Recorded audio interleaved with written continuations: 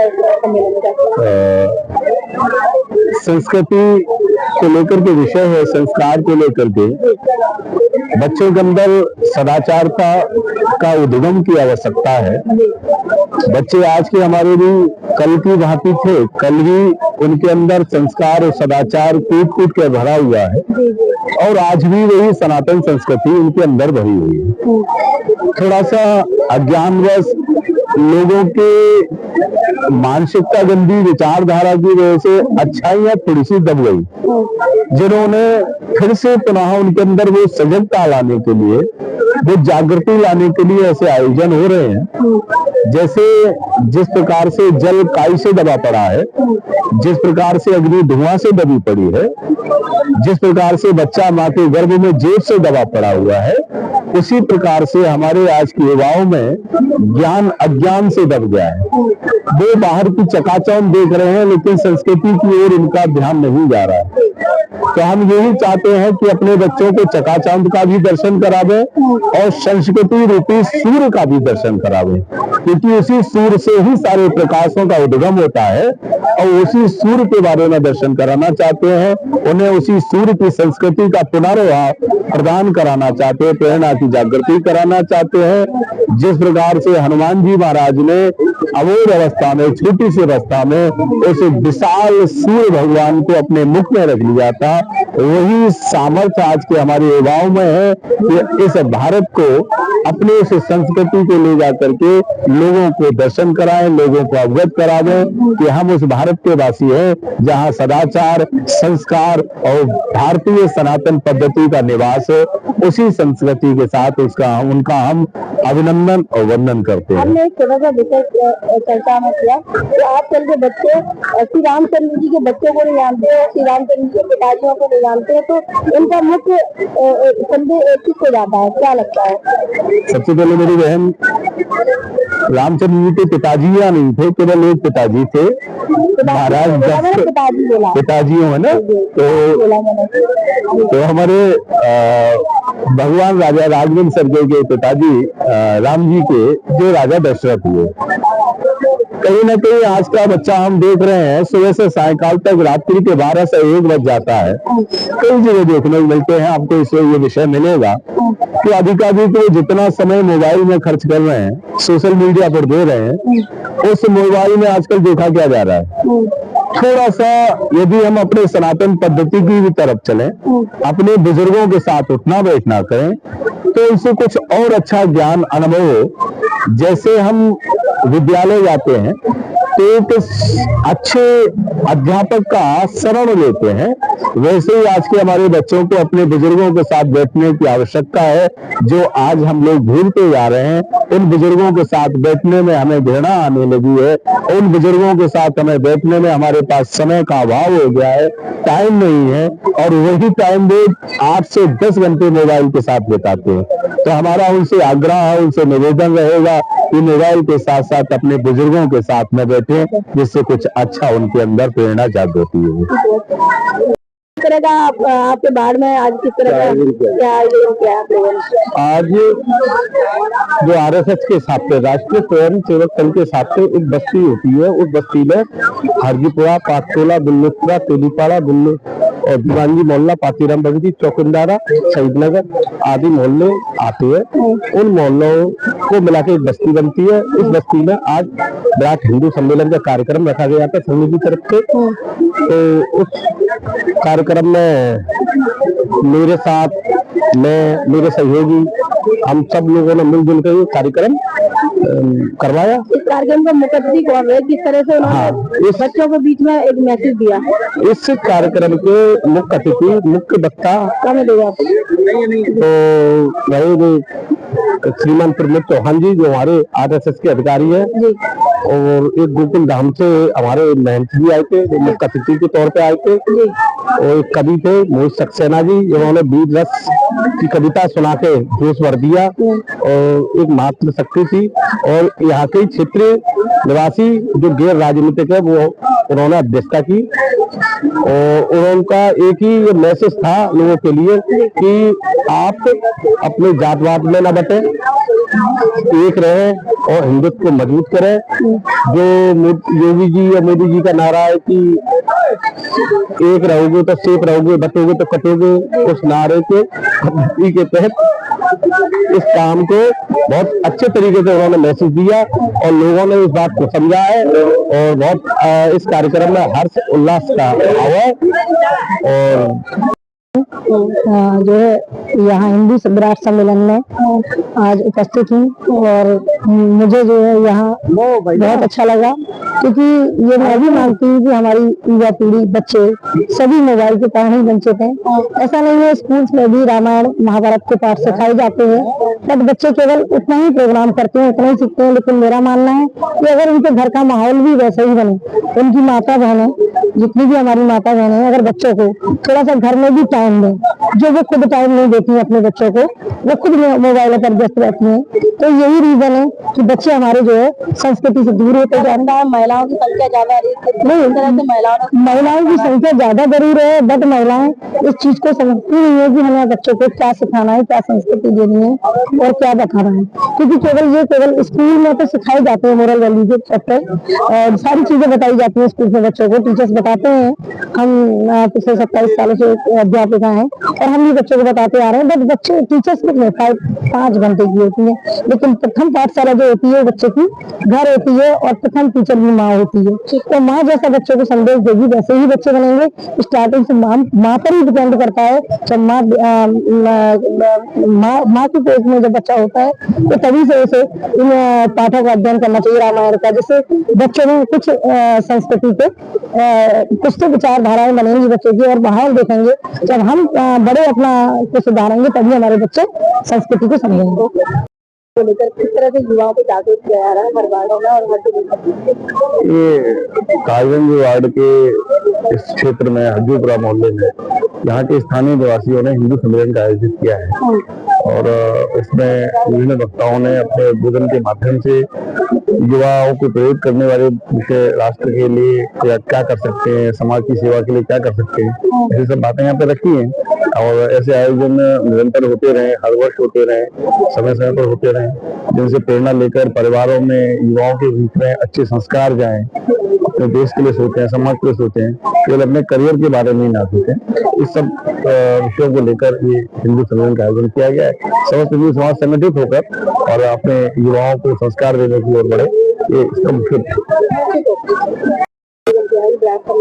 यहाँ हजूपुरा क्षेत्र में विराट सम्मेलन का आयोजन किया गया है, जिसका आए हुए सभी लोगों का मैं स्वागत करता हूँ। और आज के कार्यक्रम के मुख्य अतिथि कौन रहे और उन्होंने क्या विशेष आज कार्यक्रम के मुख्य अतिथि हमारे महाराज जी हैं, हमारे चौहान साहब हैं। इन्होंने बच्चों की प्रेरणा के बारे में बहुत कुछ बताया है, इससे बच्चों को भविष्य आगे चले, मोबाइल छोड़ें, अपनी संस्कृति को पहचाने, इसके बारे में बताया है इन्होंने। और मैं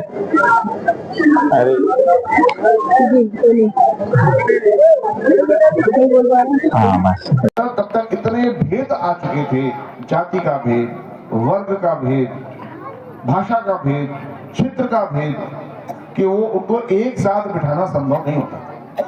और लोग कहते भी थे, जब डॉक्टर साहब ने ये शुरू किया संघ का काम, तो अनेक उनकी हंसी उड़ाने वाले लोग कहते थे डॉक्टर पागल हो गया है, डॉक्टर पागल हो गया है, छोटे छोटे बच्चों को लेकर कबड्डी खिलाता रहता है।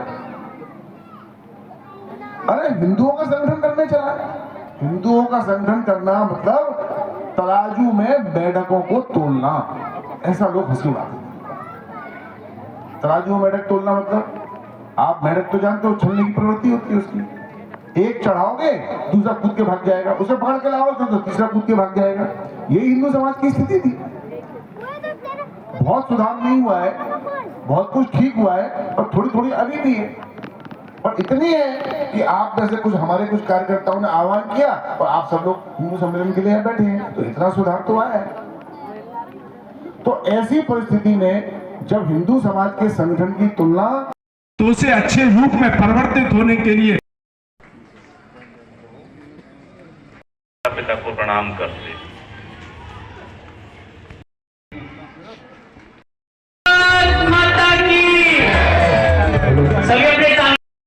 बताओ, बहुत सोचने की आवश्यकता है, बहुत समझने के बाद चिंतन करने की आवश्यकता है। जिस घर में यदि रामचरितमानस होगी तो उस घर में विश्वास मान करके चलिए कि राम उत्पन्न हो ही जाएगा।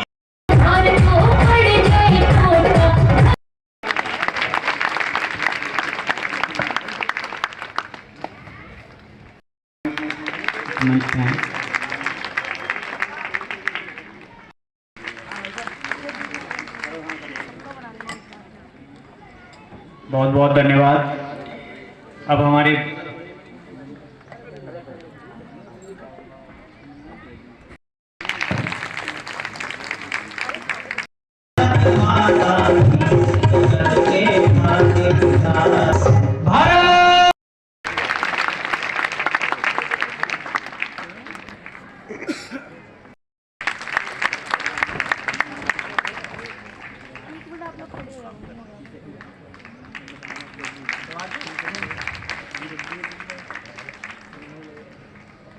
था कि उठो उठो, अपने आप ही अंदर वो पढ़ा करके तैयार करा दिया जाता था, वो समझा दिया जाता था। हम उठते थे सवेरे ही, सूर्योदय से पहले ही अपनी नित्य क्रिया प्रारंभ करना शुरू कर देते थे, नित्य क्रिया प्रारंभ करते थे।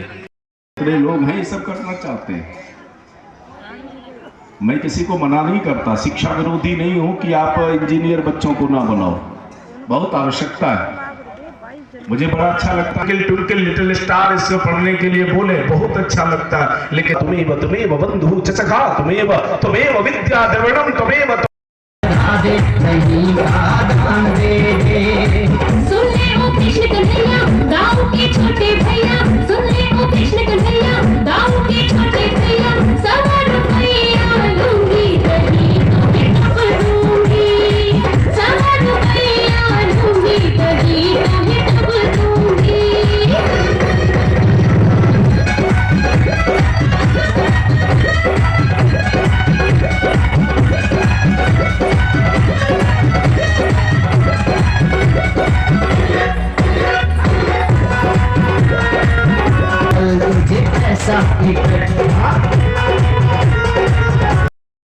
बंसी बजा कन्हैया नाचो मैं ताता भैया, सवा रुपया लूंगी दही बिन मोल दूंगी। नखरे दिखा मत राधे तू नहीं का दान दे दे, सवा रुपया लूंगी दही बिन मोल। पूर्वांचल हम बोलते हैं, कैसी महाराष्ट्र में विदर्भ कांग्रेस में भी काम किया उन्होंने, सभी प्रकार के प्रयास चल रहे थे, सभी के साथ उन्होंने काम किया। लेकिन सब काम करते करते करते करते उनके ध्यान में आया कि इस देश का जो सबसे प्रमुख समाज है अर्थात हिंदू समाज, वो आत्महीनता की स्थिति में है, उसका आत्मविश्वास समाप्त हो चुका है, उसका स्वाभिमान बिल्कुल शून्य स्तर पर आ गया है। उसका कारण क्या है? उसका कारण है पिछले 1200 वर्षों से निरंतर संघर्षरत रहना।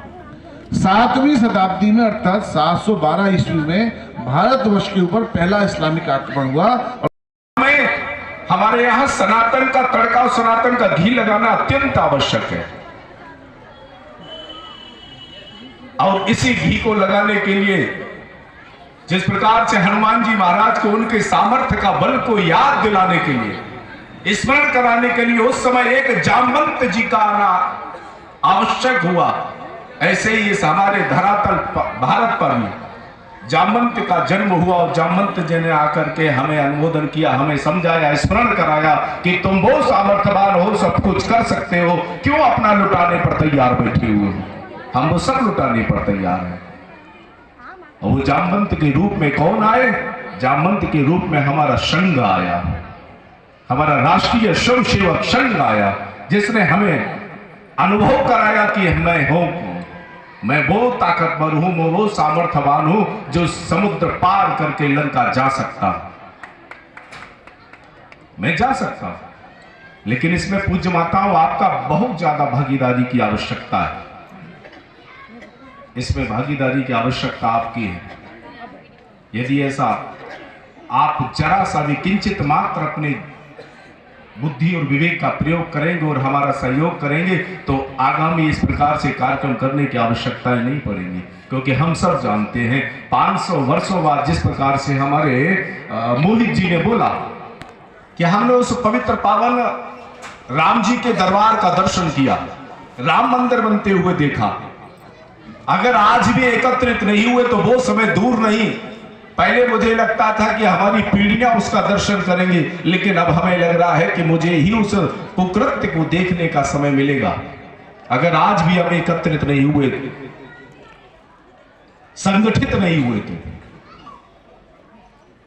हमारे अवैध दृष्टि कहती है मां जने तो दो जने, माताओं आपके लिए है, मां जने तो दो जने, कै दाता कै सूर, नहीं तो रहिए बांझड़ी जो व्यर्थ गवावे नूर। इससे अच्छा तो आप बांझड़ी ठीक है, पुत्रों को पैदा करने की आवश्यकता नहीं। यदि पुत्र पैदा करना चाहते हो तो आपसे आग्रह करेंगे, निवेदन करेंगे कि एक पुत्र को शाखा में जाने का प्रयास करें, एक पुत्र को शाखा में जाने की शक्ति प्रदान करें, सामर्थ्य।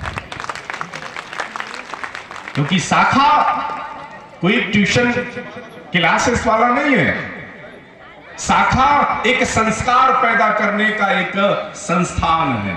शाखा में संस्कार उत्पन्न किए जाते हैं, शाखा में आपकी सेवा करने के लिए धर्म बताया जाता है, ये वही शाखा। मलमूत्र हमें खिला रहा पिला रहा है, ये सब अभी पता लगा है, इससे पहले नहीं पता लगा। हम तो बस केवल अपनत्व भाव में लेकर के चल। थोड़ा सा समझना है, विचार करना है, इस बात को सोचना समझना है, अपने भारतीयता की पहचान करनी है, अपने हिंदुत्व की पहचान। पुनः अवतरित नहीं होंगे, फिर पुनः नहीं आएंगे।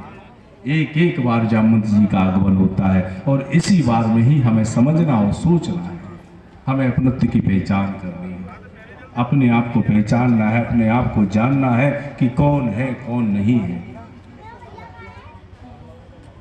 हमारा धर्म ये है कि हमें बंधन करना सिखाता है, धर्म ये है कि हमें अपने हिंदुत्व की पहचान बताती है। ये सनातन धर्म की पहचान है। अपने यहाँ धर्म की परिभाषा बच्चों को बताएं, मंदिर जाने के लिए जबरदस्ती उनके ऊपर प्रभाव डालें, उनके ऊपर दबाव डालें। हनुमान चालीसा की रबड़ बुद्धि, काष्ठ बुद्धि और तीसरी है तैल बुद्धि, माने तेल बुद्धि। कोई लोहे का सूजा चुबा दीजिएगा तो उसमें उतने समय के लिए छिद्र रहेगा, होल रहेगा। जैसे ही सूजा को बाहर निकाला वो एकदम से फिर से सिमट करके वहीं पहुंच जाएगा और उसका छिद्र समाप्त हो जाएगा। बुद्धि का संबोधन किया, बताया गया, परिभाषा है। दूसरी है काष्ठ बुद्धि। काष्ठ बुद्धि माने लकड़ी, काष्ठ माने लकड़ी, बुद्धि माने बुद्धि। कारपेंटर लकड़ी में छिद्र कर देता है, छेद कर देता है, उतना वो छेद रहता है, बंद होने का तो प्रयास करता है लेकिन उस लकड़ी को पार नहीं कर पाता। यदि लकड़ी में आधा कर दिया जाए तो पार नहीं होगा, बंद होने का प्रयास करेगा, समाप्त हो जाए। हुए जल में एक बूंद तेल का छोड़ दिया जाए तो वो एक बूंद तेल पूरी बाल्टी में फैल जाएगा, पूरे टब के पानी में फैल जाएगा।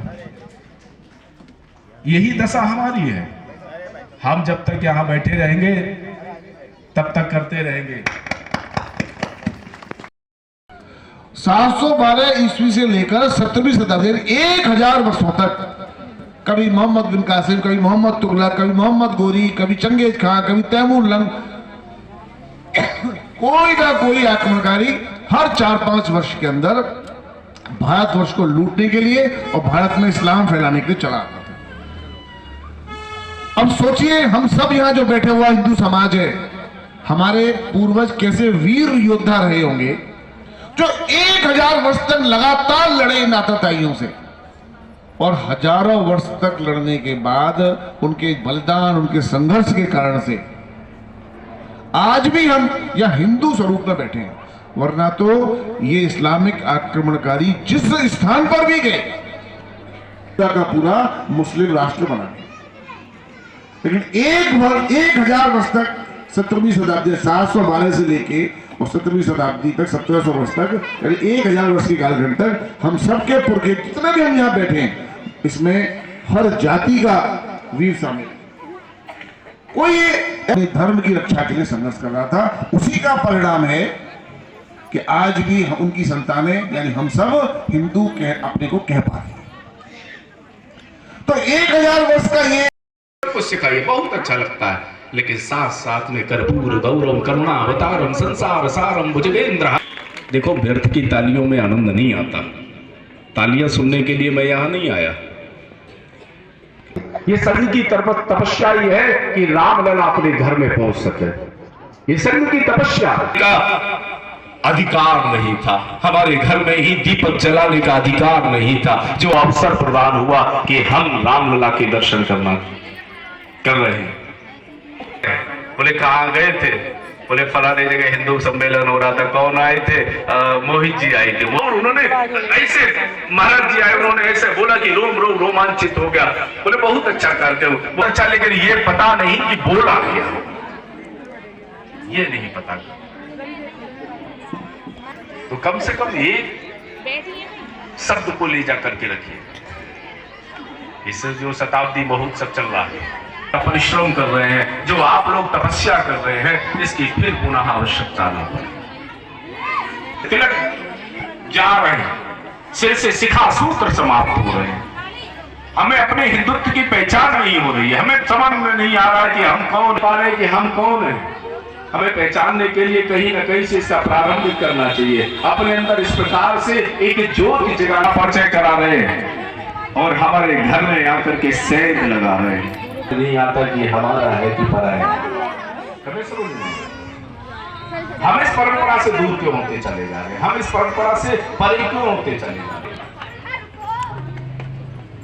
ऐसा कोई घर नहीं होगा जिस घर में रामचरितमानस ना हो। बताओ कि प्रत्येक घर में रामचरितमानस का पठन पाठन होना चाहिए। प्रत्येक घर में बच्चों को ये समझाना चाहिए।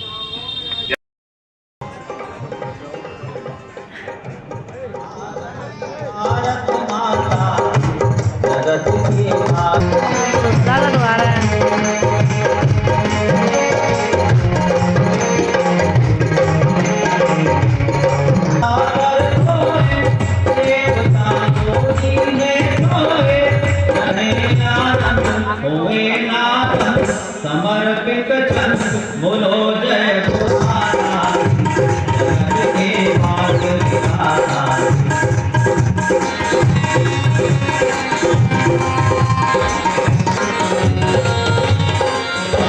चरण में लगती है जानी, सभी जानी, दुनिया देख जय जानी, जगत के भाग विधाता।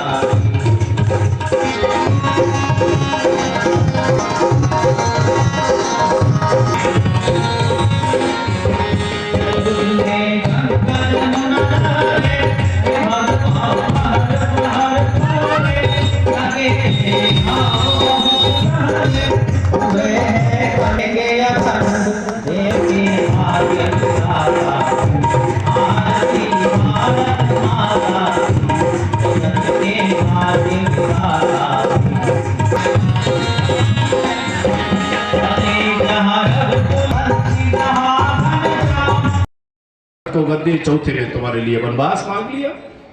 ऐसा राम है जिस राम ने अपने पिता से पूछा नहीं जाकर के कि पिताजी आपने वनवास दिया, मुझे जाना चाहिए। ऐसा आज्ञाकारी सुत हो कि उसे पिता के बोलने की, सुनने की प्रतीक्षा न करनी पड़े, प्रतीक्षा न करनी पड़े, और बिना सुने बिना समझे अपने आप ही बुद्धि विवेक से निर्णय लिया और वनवास के लिए प्रस्थान कर गए। ऐसी रामचरितमानस होनी चाहिए। ऐसे राम के पानी पियोगे, प्यास लगी है। और जैसे जैसे हमारे यहाँ से ये सनातन धर्म से थोड़े से हम लोगों ने मुंह मोड़ना प्रारंभ कर दिया, हमारे यहाँ उसी प्रकार की समस्याओं का आगमन हो गया और समस्याएं जुटने से बढ़ने लगे, क्योंकि हमने अपने पुत्रों को राम बनाना बंद कर दिया। इसी वजह से सबसे पहले माताओं से ही आग्रह किया, क्योंकि आप इस कार्यक्रम की मुख्य सूत्राधार हो। आपको ही राम बनाना है, आपको ही कृष्ण बनाना है, आपको ही प्रहलाद और भरत को उत्पन्न करना है, क्योंकि अगर आप चाहे तो रावण पैदा कर सकती है। सारी सामर्थ्य आपके हाथ में है। आप चाहे तो कृष्ण उत्पन्न कर सकती है, और आप चाहे तो शिशुपाल दत्त वक्र जैसे राक्षस पैदा कर सकते हैं। आप चाहे तो आईएएस और आईपीएस पैदा कर सकती हैं, और आप चाहे तो एक चोर उठाई गिरा बना सकती है। सारे सब कुछ सामर्थ्यवान से आंदोलन हुए क्या, लेकिन जब राम मंदिर बनकर के तैयार हुए तो जगह जगह इस प्रकार की बातें सुनी गई। न जाने कितने सोशल मीडिया पर अकाउंटों पे ये सुना गया। उनके छोटे छोटे अबोध बालक बच्चे इस बात को खुलकर विश्वास रखिएगा, कल भगवान आ गया था, आज भगवान आने वाला नहीं है। हमें खुद को भगवान बनकर के तैयार होना पड़ेगा। ये विश्वास रखिएगा कि वो चतुर्भुजी रूप में 4 भुजाएं लेकर के सुदर्शन चक्र गदा लेकर के अवतरित नहीं होगा। वो आज हमारे यहाँ योगी और मोदी जैसे ही रूप में अवतार लेंगे। वो केवल यही है और कोई दूसरा नहीं। आप जैसे हिंदुत्व को धारण करने वाले के स्वरूप में ये अवतार धारण करेंगे। इस प्रकार से गीता में भगवान कहते हैं, यदा यदा ही धर्मस्य ग्लानिर्भवति भारत अभ्युत्थानं धर्मस्य तदात्मानं सृजाम्यहम्। मुझे खुद से तैयार होना पड़ेगा। मुझे अपने अंदर की शक्तियों को संचित करना होगा, एकत्रित करना होगा। करूंगी शिकायत मैं तो मैया से तेरी। बात बरसाने की छोरी मैया मोरू तेरी राधा की छोरी। मर गई गैया छोड़ दे मेरी भैया, मर गई गैया छोड़ दे मेरी भैया। सवर भैया लूंगी कहीं तुम्हें कब दूंगी, सवर भैया लूंगी कहीं तुम्हें कब दूंगी। आश्रम बंद हो जाएंगे, वृद्धाश्रम खत्म हो जाएंगे। क्योंकि जिस प्रकार से जो वृद्धाश्रम की नींवें पड़ रही हैं, और एक हर संत चाहता है, हर वक्ता चाहता है कि अपने आश्रम से एक वृद्धाश्रम भी जोड़ा जाए। अरे क्यों इसकी आवश्यकताएं पड़ रही है, क्या जरूरत है इनकी? इसी वजह से आवश्यकताएं पड़ रही है कि हमने शाखा से मुंह मोड़ लिया है, शाखा में भी नहीं। क्योंकि इस वजह से आवश्यकताएं पड़ रही है कि हमारे जीवन से, हमारे बच्चों के विद्यालय से, पाठ्यक्रम से वो शक्तियां समाप्त हो गई। पूर्व में वाले हैं सारे भूखे दही ये तेरा लुटे, वाले हैं सारे भूखे दही ये तेरा लुटे। नखरे दिखावे मत राधे कहीं ना दे। सवर भैया लूंगी कहीं तुम्हें कब दूंगी।